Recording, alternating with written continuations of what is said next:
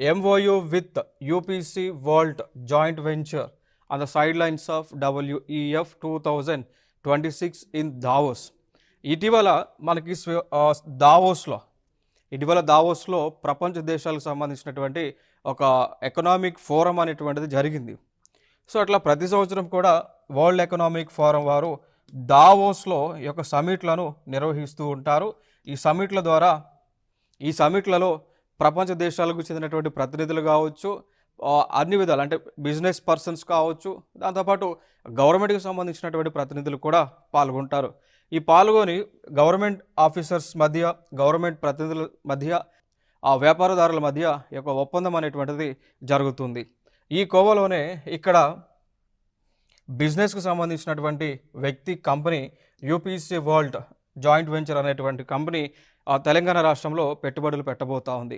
So దీనిలో భాగంగా తెలంగాణ రాష్ట్రంలో ఒక ఏఐ డేటా సెంటర్ని ఏర్పాటు చేయబోతూ ఉన్నారు. సో తెలంగాణ రాష్ట్రంలో హైదరాబాద్ చుట్టుపక్కలలో ఆర్టిఫిషియల్ ఇంటెలిజెన్స్ డేటా సెంటర్ని ఏర్పాటు చేయబోతూ ఉన్నారు.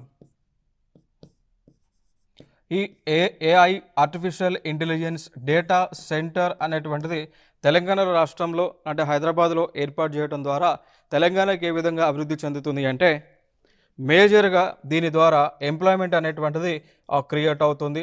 ఈ డేటా సెంటర్కి సంబంధించినటువంటి అనుబంధ కంపెనీలు ఏవైతే ఉన్నాయో ఆ కంపెనీలన్నీ కూడా తెలంగాణ రాష్ట్రంలో పెట్టుబడులు పెట్టడానికి, వారి యొక్క ఆఫీసులను పెట్టడానికి ముందుకు వస్తూ ఉంటాయి. కాబట్టి ఇక్కడ ఎంప్లాయ్మెంట్ అనేటువంటిది జనరేషన్ అవుతుంది. దానితో పాటు వీరందరూ కూడా, ఈ కంపెనీస్ వాళ్ళందరూ కూడా ట్యాక్సెస్ అనేటువంటిది పే చేస్తూ ఉంటారు. సో ఆ ట్యాక్సెస్ వల్ల ప్రభుత్వానికి రాబడి పెరుగుతుంది. తద్వారా రాష్ట్రం యొక్క జిఎస్డిపి అనేటువంటిది పెరుగుతుంది. సో జిఎస్డిపి అనేటువంటిది పెరగడం ద్వారా క్రమేపీ రాష్ట్రం యొక్క ఖజానాకి నిండుతుంది. తద్వారా అనేక కార్యక్రమాలను అంటే ఇన్ఫ్రాస్ట్రక్చర్ డెవలప్ చేయడంలో కానీ, సోషల్ వెల్ఫేర్ స్కీమ్స్ని ఇంప్లిమెంట్ చేయడంలో కానీ ఈ విధంగా ఉపయోగపడుతుంది. తద్వారా ఎప్పుడైతే మనకి ఎక్కువ కంపెనీస్ వచ్చి ఉన్నాయో తద్వారా ఎంప్లాయ్మెంట్ జనరేషన్ క్రియేట్ అయ్యి ఇంక్లూజివ్ డెవలప్మెంట్ అనేటువంటిది పాసిబిలిటీ ఉంటుంది. So we can say that inclusive development, దాంతోపాటు సుస్థిర అభివృద్ధి అనేటువంటిది సాధించడానికి కూడా ఈ విధంగా మనకి పాసిబిలిటీ అనేటువంటిది ఉంటుంది. సో దానితో పాటు ఈ ఆర్టిఫిషియల్ డేటా సెంటర్ ఏదైతే ఉందో, సో దీనికి ఎలక్ట్రిసిటీ కన్సంప్షన్ అనేటువంటిది ఎక్కువగా ఉంటుంది.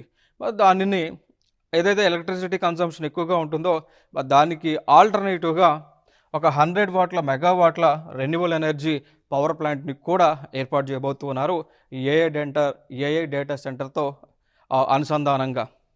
దీనిని హైదరాబాద్లోనే భారత ఫ్యూచర్ సిటీలోనే ఏర్పాటు చేసేటువంటి ఆలోచనతో ప్రభుత్వం ఉంది. సో ఇదొక డెవలప్మెంటల్ యాక్టివిటీగా మనం చెప్పవచ్చు.